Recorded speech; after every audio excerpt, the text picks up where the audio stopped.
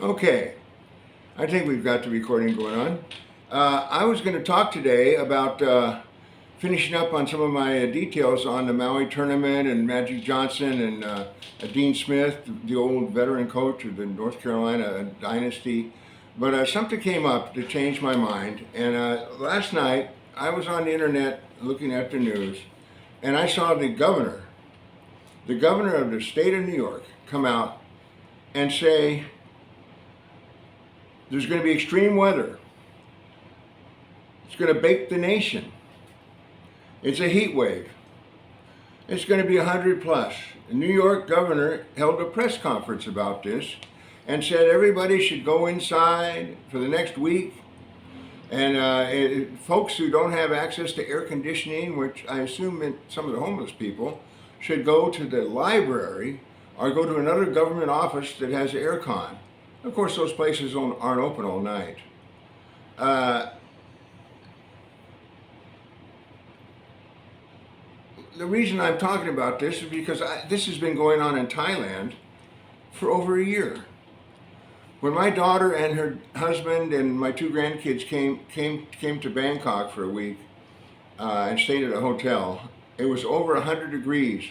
100 degrees in Bangkok is really hot with the humidity, and you've got the cars and the asphalt streets and the buildings. It's really uncomfortable.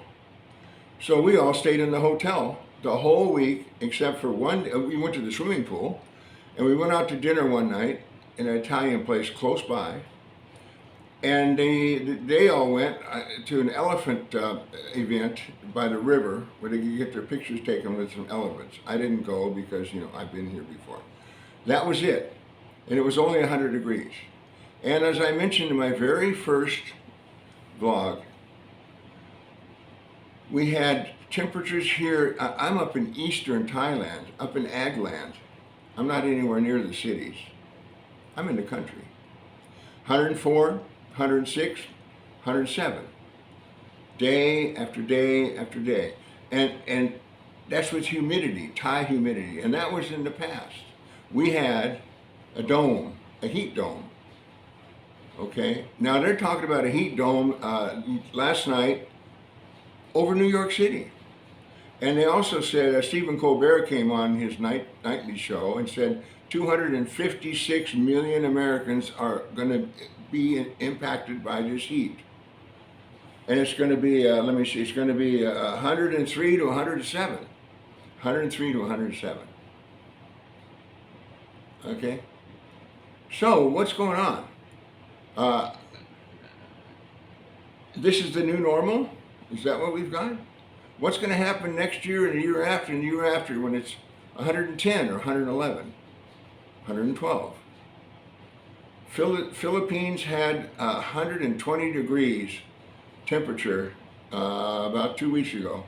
And Saudi Arabia had 120 degrees also. What's going to happen to the Philippine agriculture if the temperature goes to 122 or 123 and hangs around for a couple of weeks? What's going to happen to the food? And then what's going to happen to our food? What's going to happen to the price of Thai food? There's 150 million Filipinos living in the Philippines. They all have to eat. I mean, folks, I don't want to scare anybody, and I could, I don't think I'm wrong. We're living on the edge of a mini Armageddon. It's here now. Here in Thailand, right now, I just looked at the temperature. It's 3 o'clock here on a Wednesday afternoon. It's 99 degrees.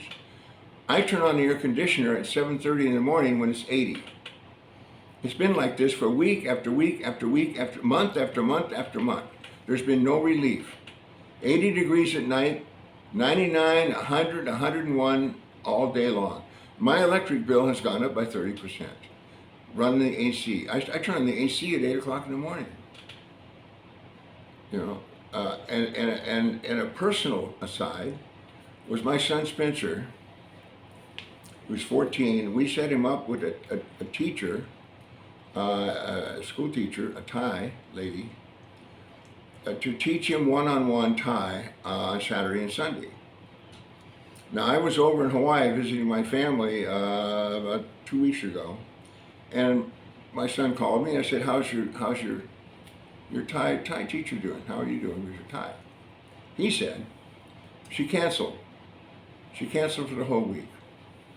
And I said, "Well, why did she cancel?" She said, "Because her father died of heat stroke." Older guy. Now, you have to understand, in Thailand, everybody doesn't have air conditioning. They have fans. And when it gets to be like 104 or 105 with the humidity in Thailand, a fan isn't enough. So you can do with what I'm saying as you will. But America is getting a dome. We had a dome already, and Asia is hot. It's been hot, it's going to be hot, and I don't know how it's ever going to break, you know. But I don't go outside much anymore. You know, I go outside, I burst into sweat. I have to come in and change my clothes and take a shower. What the hell is that? You know, that's at least inconvenient.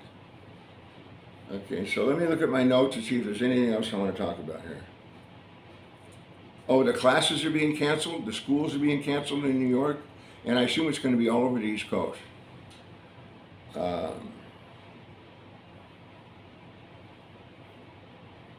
Well, I think I covered it for now. I'm going to talk about the Olympics on my next one, and I'm going to try to squeeze in Magic Johnson. But the Olympics are coming to Paris. My daughter just left on an airplane today to take the kids and everybody to Paris. And I'm just wondering, you know, with Macron, the head of Paris, or the president, or prime minister, whatever he is, sending special forces into Ukraine and sending the jets over to the Ukrainian people just in the last week or so. How Putin's going to take that? There's already been 2 bombs. One guy was arrested in Paris from Chechnya, which is erstwhile part of Russia, with the bomb down by the Eiffel Tower, I think, by the police. And then another one, about a week later, a bomb blew up. I think it was an apartment or something. The guy was messing with the bomb and it blew up. So they're there, and I fear for my family, and I fear for Paris, and I fear for France, and I fear for the world. So stay tuned, keep the faith, stay cool.